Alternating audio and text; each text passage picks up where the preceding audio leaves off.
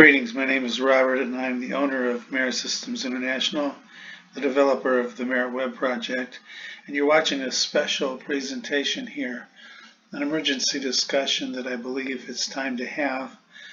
And so I want you to stay tuned and watch this entire video. I'm going to try to keep it under 10 minutes. It's pretty simple, pretty cut and dried. So this is an emergency discussion. YouTube is currently banning some people. A number of my friends have been banned. Some of those had 1,000 videos up for saying a word. So since this is going up on YouTube, I'm not going to say that dirty word. I'm just going to show you what it is. A lot of sites are being taken down that use this word. I will use CV instead. It seems to be safe. And that is what this emergency discussion is concerning, and you need to consider some options. And we need to realize that the cases are up 153,000 yesterday. Today is the 13th of November, and the 12th of November there were 153,000 cases, almost 13,000 here in Illinois. Hospitalizations are rising. Deaths are beginning to rise. Experts are saying this could become an extreme issue. Lockdowns and stay-at-home orders are likely in some states. I just got a call from a family member in the state of Oregon, and he said he was joking with me because in Illinois we're about to go on lockdown, and he sent me a message and it said, and the message basically said that Oregon is going on lockdown or very close to it very soon. So these lockdowns and stay-at-home orders are inevitable in some states. Some states will probably be more inclined to stay in operation. This may have a direct effect on your counseling practice and therefore on your clients. The first time we did this in March, April, May, June, however long it was, I noticed a considerable drop-off in the use of the software, and it was directly, I'm sure, tied to people losing clients, putting clients on hold, clients not showing up. And I think this time around we need to do things a little more differently. There's a few things you need to consider. Your clients are already in crisis. As cases rise and the noise out there begins to heighten about this whole issue, it's going to generate some more crisis for them. So it's entirely unethical to simply say to your clients, well, when this all blows over, we'll get back together and resume counseling.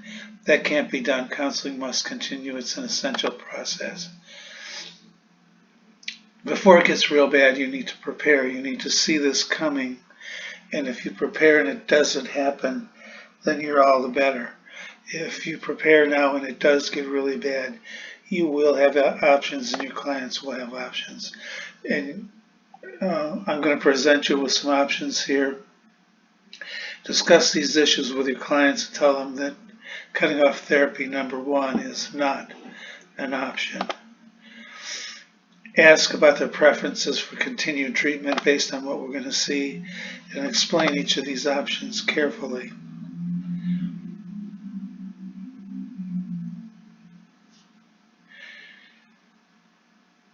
Number one, you can continue to meet in your office. In some states, some localities, that might be forbidden. So you'll have to take some of the options that you're going to see here in a few minutes. If you can continue to meet, even right now, as things begin to get bad, make sure, number one, that your client is not sick. My own preference is not to use one of those temperature things that shoots the forehead. My roommate and I went out to breakfast the other morning, and they shot our foreheads, and my temperature was 92 because we had just walked in from the cold. I probably could have had 104 fever and it would have showed 92, 93, 94 degrees. Very unreliable. So I would just simply ask the client outright if they have any of the common symptoms. Both of you need to wear a mask. This is a political debate, unfortunately. Masks do help to some degree. Anything that can help to any degree at this point is better than nothing at all. And maintain as much distance as possible. Try not to touch the client. Some places are using plexiglass shields in between people, like at the grocery store. I don't know how you would feel about that. But maintain distance, keep a mask on, do not touch the client, and use some type of bacterial antiviral stuff on your hands as much as you can. The alternative methods would be telephone consultation. That would be my least desirable alternative, but it can be done if it is necessary. I have used that before in the past, and you can do it. You can develop a way to do it rather effectively. Video conferencing on the phone. The drawback to this is that you both have to have the same type of operating system. You both have to be on Android, you both have to be on iPhone, I believe, unless somebody knows something differently. And if you do, please let me know. But that is another way that you can do it. FaceTime or I can't remember what is it, Duo or whatever on Android. Video conferencing with one or more video methods available for your laptop or your desktop computer. This is going to be the most effective way. Right now there's 3 reliable methods that I know of, and I have not tried out the Google method. You can find it in Gmail on the left-hand side on that menu, all the way at the bottom usually. You'll see it down there.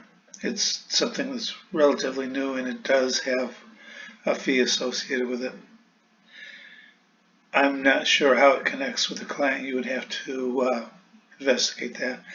Skype is another method. I believe if you do one-on-one, Skype is free. The drawback is you're both going to have to download and install and set up and learn to use it, but if this is going to go on for a while, that might be the best advantage.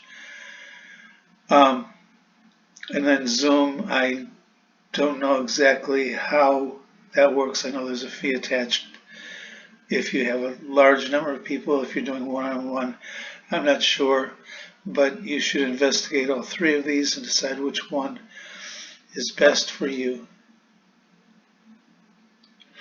And now, as far as transfer of funds, it might get down to the place where funds need to be transferred in ways that you don't do right now. I'm recommending that everybody gets a PayPal account.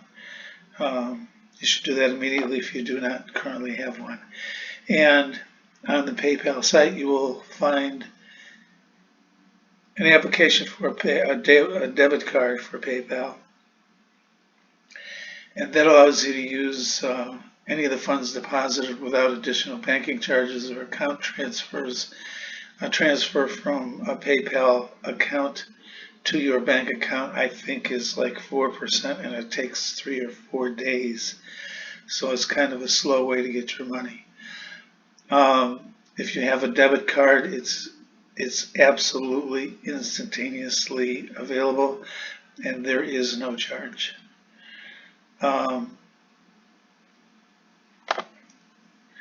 Direct transfer from a bank account, I'm not really sure if Bank A and Bank B, being 2 different named banks, can transfer, but if your customer or your client has something like Chase and you have Chase, then you can use Zelle to do the transfer.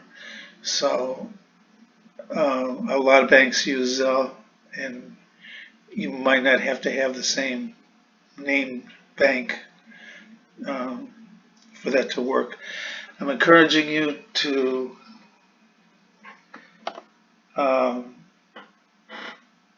really be diligent about looking into this before it catches you unaware and your clients are left hanging and in much more distress than they already are.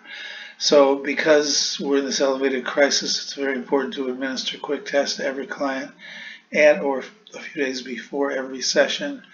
This cannot be overstated. Keep your clients safe mentally, emotionally, and physically. If it does come down to you missing a session with a client, I'm going to say that it's important for you to do a remote